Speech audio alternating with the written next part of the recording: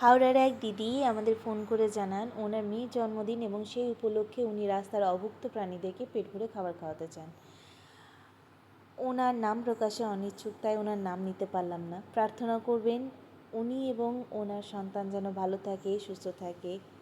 আমাদের hands of লাভের পরিবারের তরফ থেকে আপনাদের অসংখ্য ধন্যবাদ আর জন্মদিনের অনেক অনেক শুভেচ্ছা। ভালো থাকবেন, এইভাবেই রাস্তার অসহায় প্রাণীদের পাশে থাকবেন এবং আমাদের পাশে থাকবেন।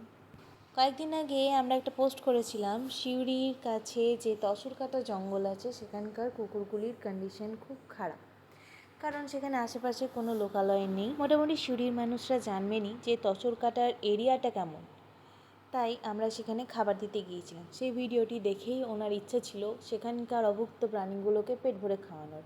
সেই ইচ্ছা অনুযায়ী আজকে আমরা হ্যান্ডস অফ লাভ রান্না করলাম এবং তসরকাটাতে অনেকটা খাবার নিয়ে পৌঁছেছিলাম সকাল সকাল, কারণ আলো থাকতে থাকতে সেখানকার কুকুরগুলিকে খাইয়ে আমরা বেরিয়ে আসতে চেয়েছিলাম এবং সেই অনুযায়ী ওখানে খাবার খাওয়ানো হয়েছে একদম পেট ভরে। আমাদের হিসাবের একটুখানি গড়বড় হয়ে গিয়েছে। আমরা ভেবেছিলাম যে নিম্নচাপ কমে গিয়েছে, কারণ দিনের বেলাতে আজকে বেশ ভালো রকমের রোদ ছিল, কিন্তু দিনের দিক করে যখন আমরা খাবার দিতে বেরিয়েছিলাম তখন আমাদের কোনো সমস্যা হয়নি। সমস্যা হয়েছে সন্ধ্যা দিক করে খাবার দিতে বেরিয়ে এসে যে কি বৃষ্টি, কি বলবো। আমরা তো ভিজেইছি, সঙ্গে রাস্তার বাচ্চাগুলোকেও ভেজা অবস্থায় পেয়েছি, কিন্তু পেটের খিদে, পেটের জ্বালা যে বড় বালাই। ভিডিওটি সম্পূর্ণ দেখলে গোটাটাই দেখতে পাবেন আপনারা। তার আগে বলে রাখি, তসরকাটার কুকুরগুলো প্রচণ্ড ভীতু, তারা মানুষের কাছে আসতে চায় না। আশা করি আস্তে আস্তে আমাদের ভালোবাসা দিয়ে তাদেরকেও আমরা পটিয়ে নেব, কারণ সিউড়িতে যখন 2020-তে লকডাউন চলছিল সেই টাইমে যখন আমরা খাবার দিচ্ছিলাম তখনও রাস্তার কুকুররা আমাদেরকে বিশ্বাস করতো না। খুব স্বাভাবিক, কারণ মানুষের থেকে তারা বেশিরভাগ ক্ষেত্রেই অত্যাচারিত হয়, ঢিল খায়, খাবার তো কেউ দেয় না ভালোবেসে। তো প্রথমে যখন ভালোবেসে ওদের কাছে খাবার নিয়ে পৌঁছেছিলাম ওরা আমাদেরকে বিশ্বাস করতে পারেনি, কিন্তু বর্তমানে পরিস্থিতি পুরো বদলে গিয়েছে। এখন খাবার নিয়ে গেলেও আগে খাবার খায় না, আগে আমাদের কোলে চাপে আদর নেয়, তারপর ওরা খাবার খায়।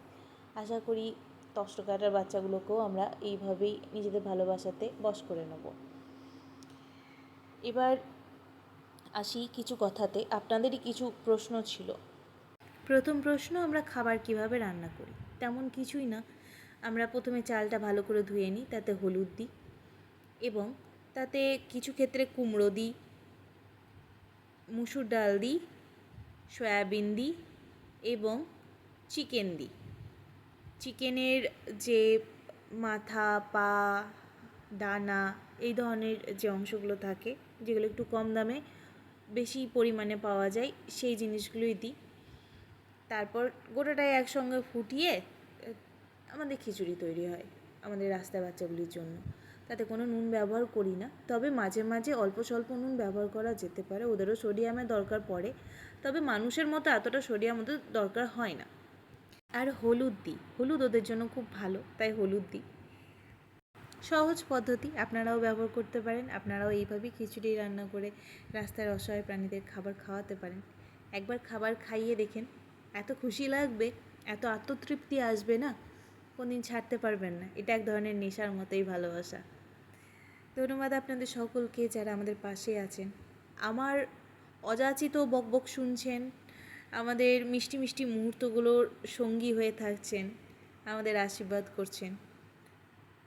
একটা প্রশ্ন আছে আপনাদের সকলের কাছে যারা ভিডিওটি দেখছেন, আমাদের কাজ আপনাদের কেমন লাগে, আমাদের ভিডিও আপনাদের কেমন লাগে, আমার ভয়েস আপনাদের কেমন লাগে, আমার বলা কথা আপনাদের কেমন লাগে, অবশ্যই নিজের ওপিনিয়ন দেবেন। আপনাদের প্রত্যেকটি কমেন্ট আমাদের নতুনভাবে উৎসাহ যোগায় কাজ করার। আজকে বিকালে যখন খাবার দিতে বেরোলাম সন্ধেবেলাতে, একটা জিনিস খুব লক্ষ্য করলাম যে এই বৃষ্টির মধ্যেও, যেখানে আমরা তো ভিজছি, আমরা এই রেনকোট পরেও ছিলাম, কিন্তু রাস্তার প্রাণীগুলি মানে কুকুররা যাদেরকে খাবার দিতে বেরিয়েছিলাম, বৃষ্টিতে তো তারা এমনিতে ভিজতে চায় না, কিন্তু তাদের পেটে এত খিদে ছিল যে তারা বৃষ্টির পরোয়াই করছিল না, খাবার খাওয়ার জন্য দাঁড়িয়েছিল এবং ভিজে ভিজেও খাবার খেয়েছে। আমরা চেষ্টা করছি তাদের শেডের তলায় খাবার দেওয়ার, খাবার খাওয়ার পর সে পাতা আমরা তুলে ডাস্টবিনেও ফেলে দিয়েছি। আর এইটা হলো আমাদের চঞ্চলদার এরিয়ার একটি মা কুকুরের বাচ্চা, যে মা কুকুরটি ফুল বডি প্যারালাইজড হয়ে গিয়েছিল, দীর্ঘ ট্রিটমেন্টের পর সে সুস্থ হয়, তাকে স্টেরিলাইজেশন, এই যে বাচ্চাটি, এইটা মা কুকুর, এই মা কুকুরটির দীর্ঘ ট্রিটমেন্টের পর সুস্থ হয় এবং তার পেটে যে বাচ্চা ছিল তা সুস্থ স্বাভাবিকভাবে প্রসব করে। সেটা আমাদের কাছে সবথেকে বড় পাওনা। আমরা খুব চিন্তাতে ছিলাম তাকে নিয়ে। পেটে বাচ্চা এসে যাওয়ার কারণে তার অপারেশন করানোর কথা আমরা ভাবতে পারছিলাম না। তো সে যে ভালো আছে, তার বাচ্চাগুলো যে ভালো আছে, এটাই অনেক। প্রার্থনা করবেন ওরা যেন ভালো থাকে। আবারও ধন্যবাদ সেই দিদিকে, যার জন্য আজ আমরা এতটা রান্না করে ওদের কাছে পৌঁছে যেতে পেরেছিলাম। ধন্যবাদ দিদি, পাশে থাকবেন, আশীর্বাদ করবেন, আমরা যেন এইভাবে কাজ চালিয়ে যেতে পারি।